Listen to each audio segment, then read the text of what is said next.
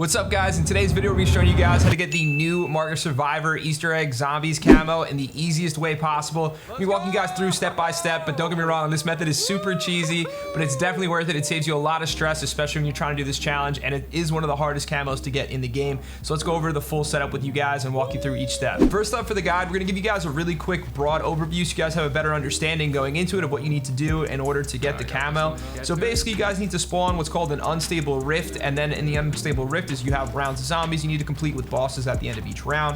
In order to get the rift to spawn, you actually have to do what's called these obelisks. You have to basically find them throughout the map. They're going to be spawning and despawning. I have a map for you guys showing all the different locations. You guys can screenshot this at any time and use this guide to make it easier to find. If you guys are in a team of players, I would definitely suggest splitting up at this point or teaming up with other people on the map to help separate and look for the obelisks, just because it is very time consuming to try to find these. Now for the second step, that we know where these obelisks are, we're going to go over how to actually complete them.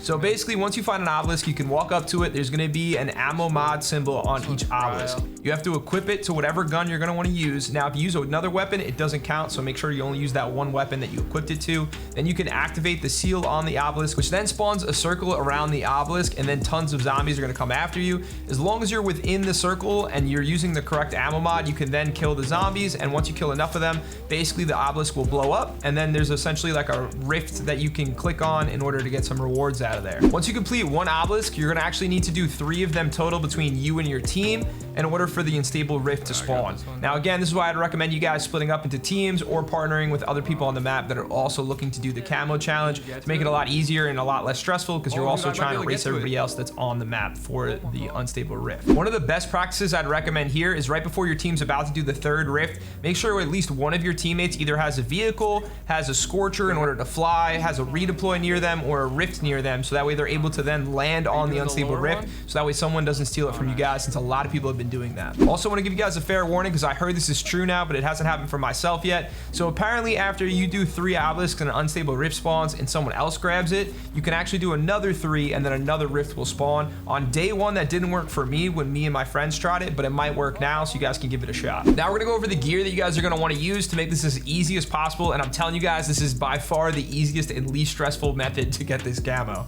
So first up, starting with your primary, what you want to use is the RGL, and then with the RGL, there's actually a conversion kit for it now that gives you access to ammunition. Now the reason this is important is because it increases your fire rate, which means when the RGL is pack-a-punch to level 3 and it's rarity level 3, it can do a lot more damage and help you a lot with the zombies. To actually make the RGL kit even stronger in these wave of zombies, there's actually a perk kind of thing that you can use. You guys can use dead wire detonators if you have it to make the RGL even stronger. What this does is it basically shocks the zombies and kind of links them together a little bit, and they kind of pool up, which makes it a lot easier to clear the waves. I didn't have it, so you guys don't need to have this, but it does make it easier. Moving on to what you guys want to have in your backpack for this when you start the run, you want to have dead wire ammo mod, you want to have the cryo freeze ammo mod, you want to have the brain rot ammo mod, and you want to have the napalm burst ammo mod. This is so that way you guys can easily alternate between the obelisks when you need to do them. Now one of the most important things to have that's going to make this as easy as possible is having what's called the Scorcher. So you guys don't know what the Scorcher is a wonder weapon. Essentially it has 2 different functions. One is you can hold L1 or whatever on PC, and it basically allows you to skyrocket up into the air, but when it's fully pack-a-punch, you can actually go super high up. It'll just keep charging on its own. It actually helps you plate up while you're in air as well, and then you can get to max height and just slowly parachute down, wasting most of the zombies' round time. And then it also allows you to fire a charge attack. The charge attack is super effective against bosses and even a wave of zombies when they're all kind of lined up, so you guys can definitely use that too to help clear out. Next up for some of the gear that you guys are going to have, obviously a large backpack is going to make it a lot easier to store all these items. You're going to want a 3-plate vest, absolutely, otherwise it's going to be extremely difficult because these zombies can do a lot of damage. And then I would recommend having about 3 to 4 self-revive kits per person when you're actually going into the raid. Now just so you guys know, you can obviously pick up self-revives or buy self-revives leading up until the unstable rift. Up next, we're going to be going over what field upgrade you guys should use and why. So if you guys are playing solo, you definitely want to use Aether Shroud. It makes it a lot easier to maneuver, to rotate, to get back up in the air, to get armor and ammo on the floor, and to even get your rewards from the rift as well at the end of each round. Now, if you are playing in a party of players, I would definitely recommend at least one person using healing aura, because it can actually revive you guys while you're down, so that you don't need to waste your self revives, even though the self revives are super important. As far as lethal and tacticals go, the decoy grenade's cool because it kind of works like one of the monkeys, so that's cool to use. And then the Molotovs are good just because when zombies stack up, you can throw that. But if you guys can, you obviously want to get one of the monkeys or get one of the Kaiser grenades as well. Kaiser grenade's actually a tactical grenade, but it basically pulls all the zombies together. It's that purple looking grenade, but that is the best to have in terms of a tactical when going into the rounds of a boss fight. Now, just to summarize the backpack real quick, obviously you want to have your ammos. This is in place of the Scorcher kit. This is where you want to put the Scorcher. I just don't have anymore after doing the challenge a couple times.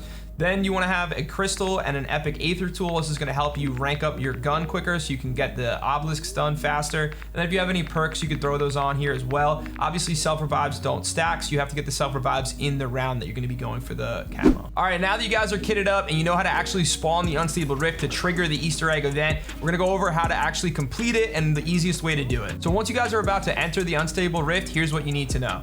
You spawn in with all of your weapons at max level, as well as Pack-a-Punch level 3. You get all the perks in the game, which is really helpful. Now that we finally entered the unstable rift, we're gonna go over what you guys need to expect in terms of the rounds and the bosses. So basically there's 5 rounds. At the end of each round, there's a final boss that you need to kill in order to start the next wave. And at the end of the last round, round 5, as long as you kill the boss, you'll immediately unlock the camo. However, in the later rounds, there's gonna be other mini bosses that spawn, and those don't die when you finish off the boss. So just keep that in mind. You guys might want to land a little bit earlier to try to knock out some of the other mini bosses to make it a little bit easier when you guys are transitioning into the further rounds. And here's where the Scorcher comes in to make our lives so much easier.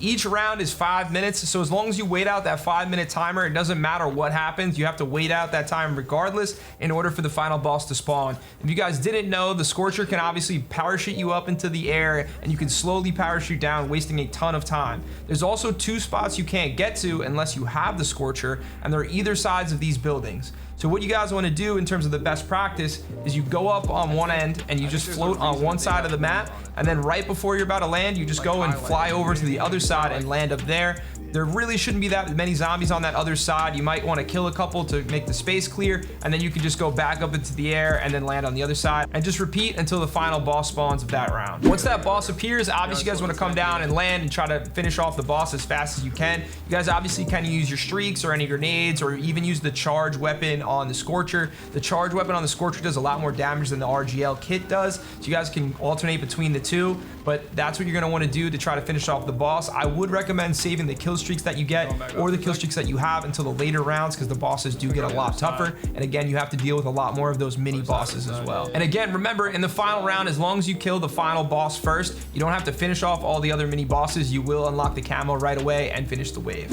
Let's go!